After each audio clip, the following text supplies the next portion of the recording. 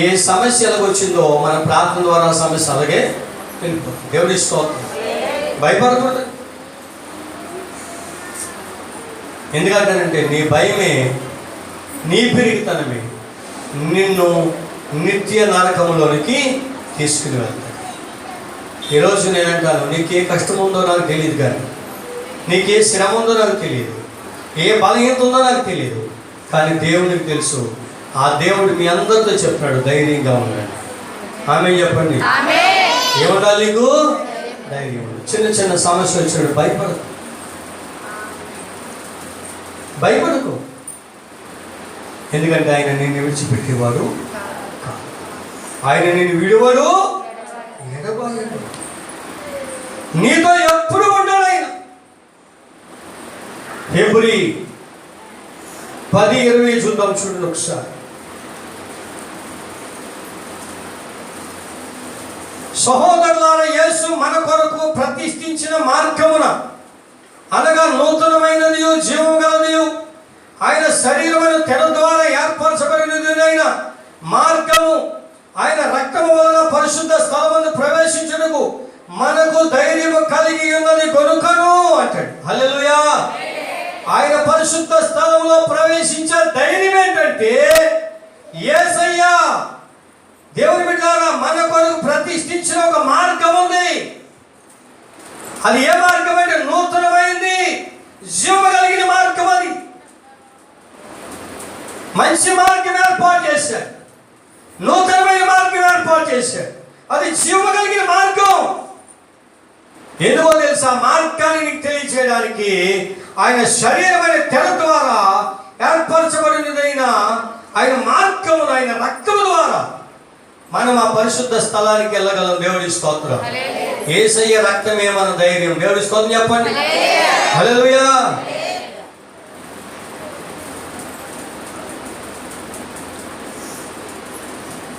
హల్లెలూయా.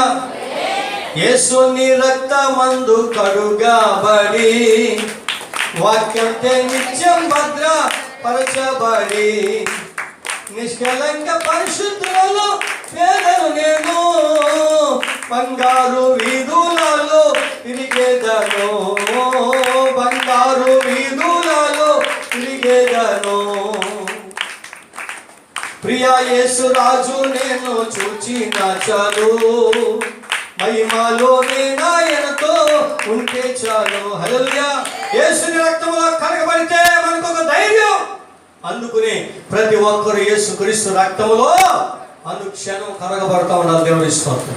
ఎందుకో తెలుసా అంటే, ఈ లోకంలోకి నువ్వు వెళ్ళినప్పుడు ఏదో దుమ్ము ధూళి అని పాపం నిన్ను చుట్టుకుంటుంది, అంటుకుంటూ నిన్ను తాగుతుంది, నిన్ను మలినం చేస్తుంది. కనుక క్షణ క్షణం ఏం చేయాలంటే యేసయ్య రక్తములో నువ్వు కడగబడుతూ ఉండాలి. నేను నిడదవోలు మీటింగ్ వెళ్ళినప్పుడు చేస్తే తల నిండా దుమ్ము పట్టేసింది. మరి వెళ్ళినప్పుడు మన చూపు ద్వారా, ఆలోచన ద్వారా, తలంపు ద్వారా, నడవడిక ద్వారా, మన ఉద్దేశాలు, మన మాట ద్వారా ఎన్నో తప్పులు జరుగుతుంటాయి, మనకి తెలియదు. కానీ ఏం చేయాలి? మన ఈ తల మురుగు పోగొట్టుకోవడానికి షాంపూ పడతాం, ఈ ఒంటి మురుగు పోగొట్టుకోవడానికి సబ్బు పడతాం, నీళ్ళతో శుభ్రంగా స్నానం చేస్తాం. నేను కూడా అంటాను, బయట తిరిగి వచ్చినప్పుడు యేసయ్య దగ్గరికి వెళ్ళి మోకరించి కన్నీరు కార్చి నీ పాపం అంతా కడగమని, ఆయన రక్తంతో కడగమని ఆయన దగ్గర అడుగు. ఆయన దగ్గర రక్తంతో స్నానం చేయి, నేను పవిత్రపరుస్తాను, పరిశుద్ధ స్థలంలోకి నిన్ను నడిపిస్తాడు. అదే మన ధైర్యం. దేవుడి స్తోత్రం చెప్పండి. హల్లెలూయా. దేవుని బిడ్డారా, నేను ముగింపుకి వెళ్తా ఉన్నాను. యోహాను రాసిన మొదటి పత్రిక 3వ అధ్యాయం 21వ వచనం చూద్దాం. ప్రియులారా, మన హృదయము మన యందు దోషారోపణ చేయని యెడల దేవుని ఎదుట ధైర్యం గలవారు మగుదుము. దేవుడి స్తోత్రం. ఇంకా విషయం చెప్పనా? నీ హృదయం నీ మీద దోషారోపణ చేయకుండా ఉండాలంటే యేసయ్య రక్తంలో కడగాలి. ఒక్కోసారి నీ హృదయమే నీ మీద దోషాలు మోపుతుంది.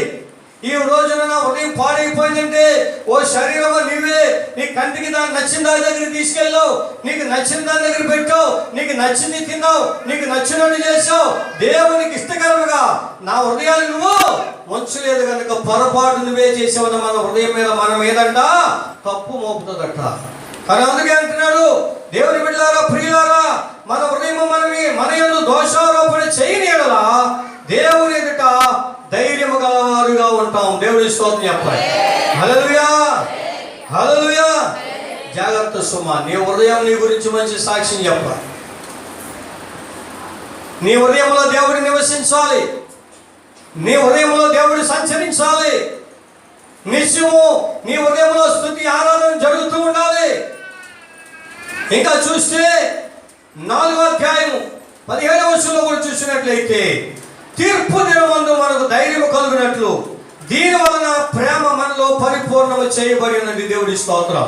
తీర్పు దినాన్ని కూడా నువ్వు ధైర్యంగా ఉండాలి. ఎందుకో తెలుసు అంటే, నేను ఏ పాపము చేయలేదు, నా ప్రభు రక్తంలో కడగబడ్డాను, నా ప్రభు రక్తంలో శుద్ధీకరించబడ్డాను, నేను నీతిగా నడుచుకున్నాను, నేను బలంగా నడుచుకున్నాను, యథార్థంగా నడుచుకున్నాను, ఎక్కడ పిరికితనం నాకు రాలేదు. నా యేసే నా ధైర్యం. తీర్పులో నేను నిర్దోషిగా ఉంటానని తీర్పు దినాలను ధైర్యముగా ఉండగలగాలి. హల్లెలూయా. ఆ ధైర్యముతో నువ్వు నిలబడినప్పుడమ్మా దేవుడి నీ శుద్ధుల అద్భుతాలు. ధైర్యం కోల్పో.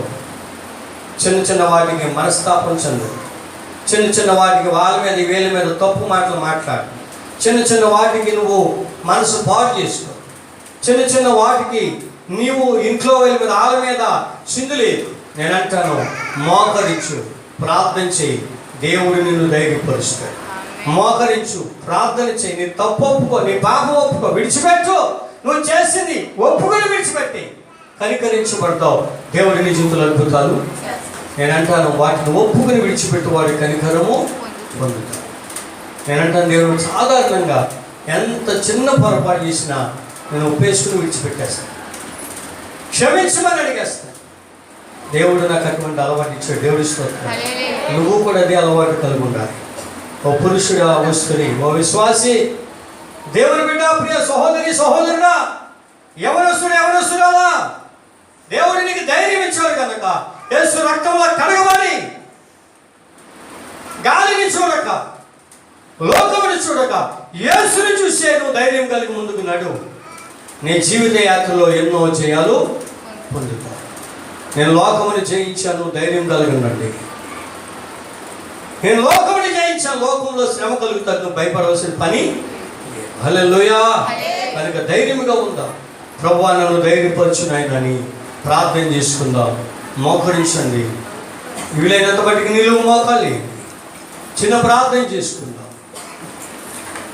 ఎవరికి వారు ప్రార్థన చేసుకుని, ప్రభువా ధైర్యం చెడిన దాన్ని, ధైర్యం కోల్పోయాను, పిరికితనముగా ఉన్నాను, నన్ను క్షమించు ప్రభువా. అయ్యా నన్ను క్షమించు నాయన. ఎన్నో పొరపాట్లు నా జీవితంలో జరిగినాయి. అయ్యా నువ్వెంతో ధైర్యంగా ఉండమని చెప్తున్నా కానీ నా జీవితంలో పిరికితనం వచ్చేసింది. క్షమించండి. ఈరోజు నీ రక్తముతో నన్ను కలిగి పవిత్రపరచండి ప్రభు.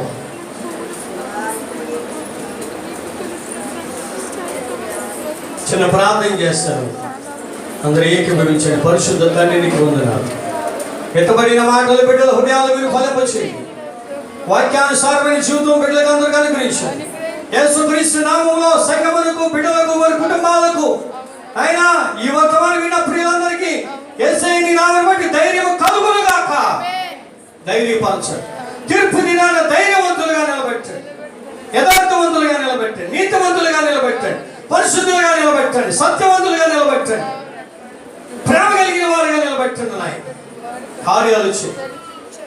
ఇక మహిమ చెల్లిస్తున్నా. సంఘం పైన అభిషేకం బలంగా దిగులుగా, సమస్త రోగులకు స్వస్థత కలుగునుగా, సమస్త సమస్య నుంచి విడిపించబడుదురుగా, వారి కష్టాలు, సమస్యలు, ఇబ్బందులు, ఆకలి మంటలు యేసు నామములో లైవైపోరుగా, వాళ్ళ రుణాలని కొట్టివేయబడునుగా, వారిపై పనిచేస్తున్న దురాత్మ శక్తులని లైవైపోరుగా.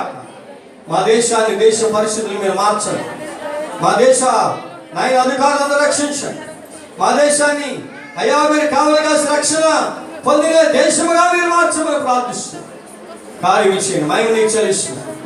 ఆయన యూట్యూబ్ ప్రేక్షకులందరూ మీరు భోగాలు దీవించి కొద్ది ప్రార్థన సందులో చేర్చుకోండి. నీకే మహిమ చెల్లిస్తున్నాం. బిడ్డల ప్రతి అవసరాలు తీర్చి సహాయం ఇచ్చేయండి. యేసు నామమున అడుగుతున్నాము తండ్రి. మన ప్రభువు రక్షకుడు యేసయ్య మహాకృప కుటుంబం సకల పరిశుద్ధులకు, యూట్యూబ్ ప్రేక్షకులందరికీ తోడుగా ఉండును గాక. ఆమేన్, ఆమేన్, ఆమేన్. మంచిదని అందరికి వందనాలు. దేవుడు మమ్మల్ని దీవించును గాక. ఈ యొక్క ఛానల్ అందరూ సబ్స్క్రైబ్ చేయండి, ఇతరులు కూడా పరిచయం చేయండి.